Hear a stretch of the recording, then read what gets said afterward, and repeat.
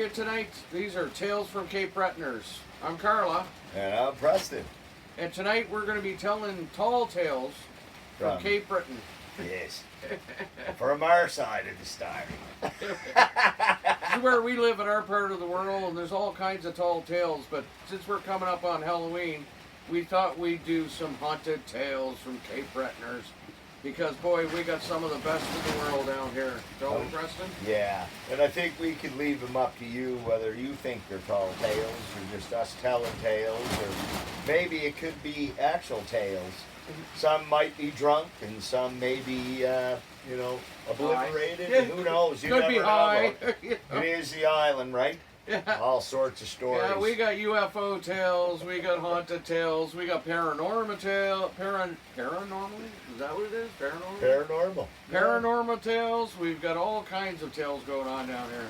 But we figured it was Halloween, so we'd start off the season and our channel with some old-fashioned Cape Breton tales. And there we go. So, to set the mood a little bit, it's kind of hard. We're not sitting around a fire with a bunch of people in person, so the tales may not come as scary as you'd like, because I don't have a flashlight under my face or anything like that. I have another ghost story, but it's from Ontario. Well, here, let me finish one You here. go ahead. This is Tales from Cape Bretoners, so There you you can go. tell whatever tale or story you want. Yeah, right? fair enough, yeah. Right. So anyways, I got a good one here. This one here was one night I was working in a town here, not far from where we are right now. And when I was a kid, I was about 17, 18 years old, and I used to I was hitchhiking home after I'd get off work, and I lived out in another little town, and it was quite a distance, probably about 13, 14 kilometers. So one night, anyways, I'd walk out to just where the highway goes, just where the highway starts, because there's two ways. It's like that. They go off into a Y. That's the only way to explain it, right? So one goes the old highway, and one goes the older highway, right? So yeah, we don't have new highways old there. Highway. That's the highway I'm going around. We don't have new highways there. They call them old and old, right? But one's older and one's the older one, right? And then there's a new one, right? So that's just Cape Breton lingo, right for you. So anyways, I walk up to this light, and what I'm usually hoping to do at this point in my life, and when I'm hitchhiking at that point in my life, was catch the traffic leaving from a factory that was down there, actually a pulp mill, and that's how I try to catch my rides, right? So, excuse me, sorry. And I would have to, try to get home that way. Either that or I'd have to walk. So nobody likes to walk that far at nighttime. So what I decided to do was hitchhike. Well, this one night it was like a windy, breezy night. Not quite like it is tonight. It's raining pretty hard out there tonight. We're getting a little bit of a warning or something. I don't know. Monsoon, I call it. It's been like that for 3 days. So anyways, back to the ghost story. Here, anyways, I'm out here hitchhiking, and I'm standing under the last light, and after that there's no more lights. It's dark, black, and in Cape Breton nothing lights up. When it's black, it's black. And when it's black, and that's it. So anyways, I see a car coming.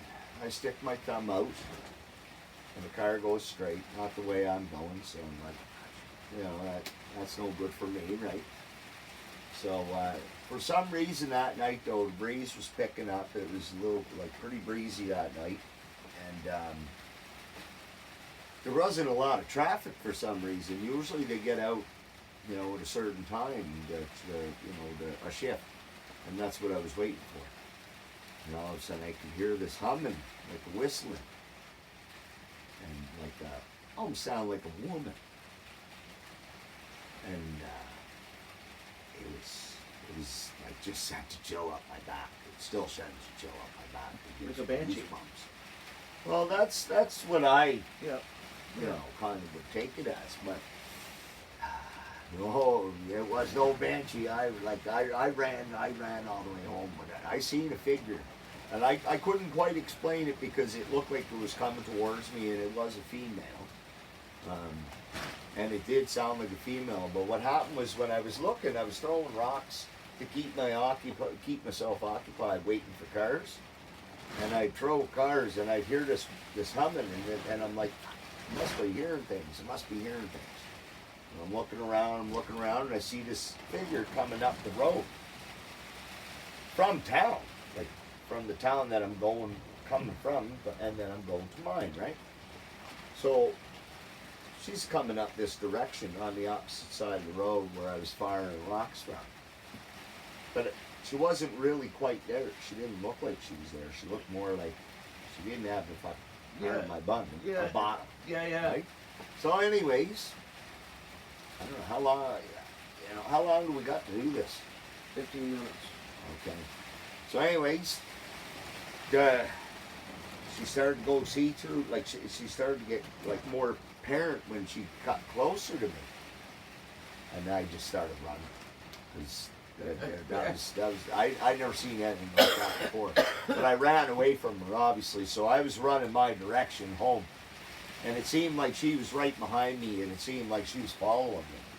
And I ran all the kilometers, and I'll tell you, it's about 12-kilometer run. And I ran every ounce of that night. And the only thing lighting the way was the full moon. Yeah. And when I got in, I jumped in the door. I was out of breath. Well, my mother was looking at me. I said, Mom, man. Oh, she goes, oh, yeah, whatever. Go on with you. You're on drugs. I'm not on drugs, Mama. I said, no, Mom. I seen a woman, and she wasn't, like, she followed me all the way home. Yeah. And she was right on me. Yeah. The whole time. And I thought she was, oh, my God, I was scared. I thought it was on drugs, so I just thought it was a good story. But anyways, Cape Breton, you never know what you're going to see. Oh, God, no. Never know what you're going to hear. And you got one about Ontario? Yes, I got one about Ontario. So, I was with this nut job at the time, so we don't need to talk about that. But anyways, we had a place, townhouse, and in the townhouse. I was with one of them too before. Yeah. I think we all have been with one of them. Yeah. That's another Thank tale. God her pass That's another pass, tale eh? from Cape Bretoners. It's another tale from Cape Bretoners. But anyways, we had a townhouse, and in this townhouse, prior to us living there, there was a fire, and a little boy died in the fire. We knew this. It happens. Things happen, and excuse me. So we moved into this place, and the person that I was with, she had 2 children, a boy and a girl. And we're in bed. The one night when we realized something was up was one night the light went on in the bathroom and the tap went on, and it just kept running. And you see Niles' room from ours, and his light was on. And we said, well, Niles, what are you doing? Like, turn off the water in the bathroom. Like, you're running it for like 5 minutes now. What are you doing? He goes, what do you mean? I'm not in the bathroom. And then, so we said, well, Jesse, you turn off the water. What are you doing? Like, 5 minutes of water running. It's like, it's not me in the bathroom. And we're like, sure, okay, whatever. I get up, I turn out the light, I turn off the water. I don't think nothing more about it. Because we just assume they're full of crap, whatever, because kids. So that was the first thing. And then about 3 or 4 days later, at about 1 o'clock in the morning, the light went on in the bathroom, and the water turned on again. And we looked at the kids' bedrooms, both black, and I woke up and I said, Niles, because he's usually the one that gets up in the middle of the night to go to the washroom. And I said, Niles, nothing. Jesse, nothing. I get up, I look in the bathroom, and there's nobody. I'm like, okay, all right. So we turn out the light, and I turn out the light, and I turn off the water, and I said, okay, well, so we got a ghost in the house, which don't bother me none, right? Don't bother me, I won't bother you, and I'm good with it, really, I am. As long as you're not trying to freak me out and piss me off or whatever, I'm good. So a couple of days later on that weekend, my brother Paul was over, my friend Steve Rustin and his son was over, Jacob, and the kids were playing upstairs. And so his son was quite a bit younger than Jesse and Niles. He would have been about 7 years old, right? So anyways, they're upstairs, they're playing, and there's me and the crazy one I was with, and Steve and Paul. And somebody else was there with us too, and it was one of her friends. But anyways, we're all around the table having coffee, shooting the shit, right? Being normal. And we all see it. Little guy runs around the corner, goes down the stairs, opens the door to the basement, goes down the stairs to the basement. And we figured we were going down to get toys. Yeah. And figured it was Jacob going down to get toys, right? Don't think nothing about it. But about 15 or 20 minutes later, it's like he's down there a long time, and he's just a little guy, right? So we're thinking, you know, what the hell? What's he doing down there, right? So I yelped to Niles, and I said, Niles, like, what are you guys doing? He goes, we're playing. And I said, come down here. So he comes down, and they all come down, and Jacob's with them. And I said, oh. He goes, what do you mean, oh? And I said, Jacob's with you. And he said, yeah, Jacob's. We've been upstairs playing the whole time. And every one of us looked at each other and went, okay, go back upstairs and play. Right? Like wide-eyed, go back upstairs and play. And then we all went, like, we all just saw that, right? Like, that's not just me thinking I'm freaking crazy. And they're like, no, we all saw it. So we realized we had this little kid ghost in the house. So then a couple of nights later, the water, and I yelled, and I said, I'm not sure what your name is, little guy. I said, but we know you're in the house with us. If you're going to go to the bathroom, turn the light off and turn the water off. And the light goes off and the water goes off. Right? I said, you're welcome to stay with us, but don't cause any problems. And then when we were going to move, we got a much nicer place on the south side of Guelph, which is nicer into town and stuff. And we moved, and so the night we were moving, we packed up everything except for the computer. It was the only thing we had packed up. We were going to pack that up the next morning. And at about 3 o'clock in the morning, I woke up frozen. I couldn't move. I just couldn't physically move. And the one I was with there, the crazy one, she was freaking out because the boxes and everything is going crazy down. It sounds like it's being torn apart. Like everything's being torn apart, right? And I'm laying there and I'm getting angry because I know it's this little guy's upset that we're leaving, right? And finally, about, I don't know how long it was, it felt like forever being in that frozen position. But finally it let up, and I sat up and I yelled. I said, listen here, you little fucker. You want to come, get in a box and come. But don't you pull this crap with me ever again. I swear to God, I'll kill myself to come and kick your ass. And then everything stopped downstairs, right?